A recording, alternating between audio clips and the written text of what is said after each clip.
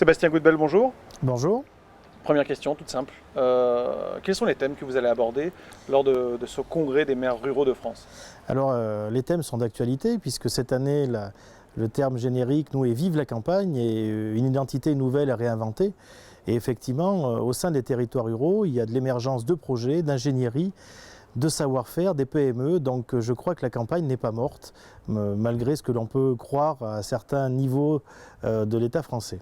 Vous vous attendez à quel type de débat justement pendant cette réunion? La clé du débat va être le débriefing de la loi NOTRe, où je dirais que la ruralité a été quand même bien malmenée. Il a fallu arriver en commission mixte paritaire pour enlever le vote au suffrage universel pour les communautés de communes, ce qui aurait été, somme toute, la disparition totale de la commune à l'échelon des 10 prochaines années. Et ça, on y tient vraiment, vraiment à ce que la commune reste le premier lien social vers le citoyen. Un des slogans des maires ruraux était de dire justement que la loi NOTRe n'était pas la vôtre. Vous pouvez nous expliquer pourquoi?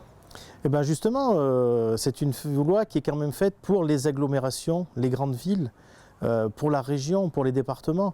Mais la ruralité, où on n'est que 23% de la population y habitée, mais sur presque 90% du territoire, on pèse beaucoup moins dans la balance. Et je crois que la voix des maires ruraux s'est fait bien entendre à Paris et qui a permis justement d'avoir quand même une marche arrière sur certains des volets. Vous avez le sentiment d'être un peu plus entendu? Je dirais que députés et sénateurs ont bien compris qu'il fallait nous entendre. Les élus qui constituent la République sont de profonds républicains, dans le sens noble du terme, des gens qui ne comptent pas leur engagement, le temps qu'ils y passent, souvent sur leur temps libre et leur vie de famille. Un élu rural se résume beaucoup à ça, c'est du temps, de la passion. Et je crois qu'on a été entendu justement sur cette complémentarité qu'on peut avoir avec la ville, puisqu'on n'est pas du tout dans l'opposition. Je crois que tous les territoires peuvent habiter et coexister ensemble et sont vraiment complémentaires. Pour les maires ruraux qui vont venir ici à Murol, vous avez un message à leur adresser?